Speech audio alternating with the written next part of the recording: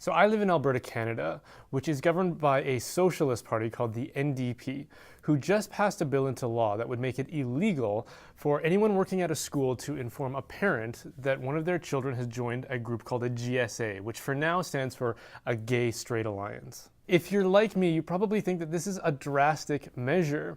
Surely simply informing parents about what their kids are up to at school isn't criminal behavior and shouldn't be punishable by law.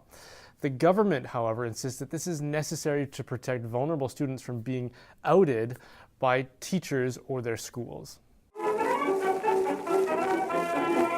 What I found bewildering throughout the very brief time that this bill was being debated was that the media took this exact same line of reasoning for granted. Whenever the CBC, which is kind of like Canada's version of China Central Television, whenever they covered this story, they always described it as a measure to protect kids from being outed, which in my mind is a very obvious and deliberate attempt to portray the biased political language of the government as accurate and objective, which is a kind of political fawning that should be uncommon in unbiased journalism. By the way, I was just kidding about the CBC. I love the CBC. I listen to it all the time, especially when I feel the need for some re-education. One of the reasons I find this premise of outing kids so fallacious is that you don't have to be gay or LGBTQ to belong to a gay-straight alliance. They're called gay-straight alliances. They're designed to provide supportive environments for LGBTQ kids and their straight allies. So you don't have to be considered LGBTQ to belong to the group. And in fact, if you read the discussion page on the Wikipedia article about GSAs, someone even points out that most of the kids in the GSA at their school were straight. So equating the process of keeping parents informed about what groups their kids are involved with at school with outing gay kids is a massive stretch. But yes, it could draw the suspicion of some parents, and that could lead to uncomfortable conversations with their kids.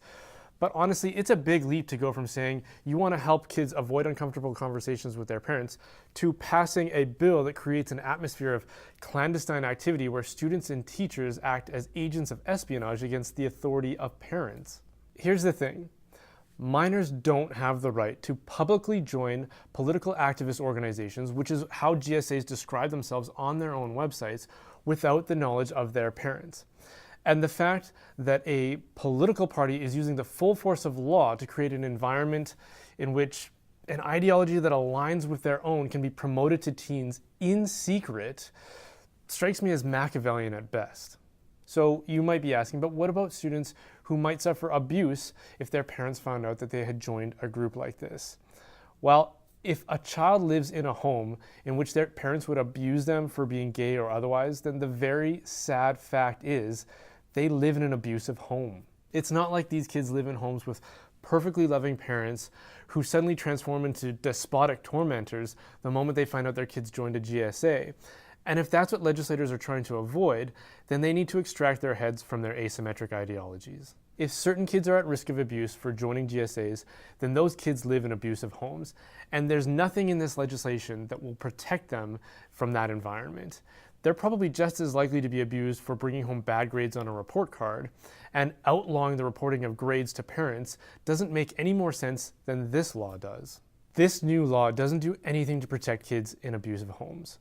What it does do is place a wedge between parents and their kids that is filled by politicians who flatter themselves in thinking that they are more interested in the well-being of kids than the people who sacrifice their time, their money, and sometimes their sanity in providing direct care, provision, and affection to those kids.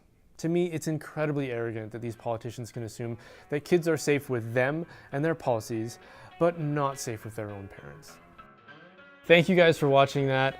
If you enjoyed that, then please like it and share it and subscribe and come follow along for more content. And if you want to support the making of these videos, then please consider supporting the business that makes them possible. Holdsworth Design is a digital marketing and communications company that specializes in web design, print design, branding, videography, and all that kind of stuff. So, and this is with a special emphasis on churches and ministries as well. So if you know somebody that needs those services, then please consider passing that along to them, and check out the website, which is www.holdsworthdesign.com.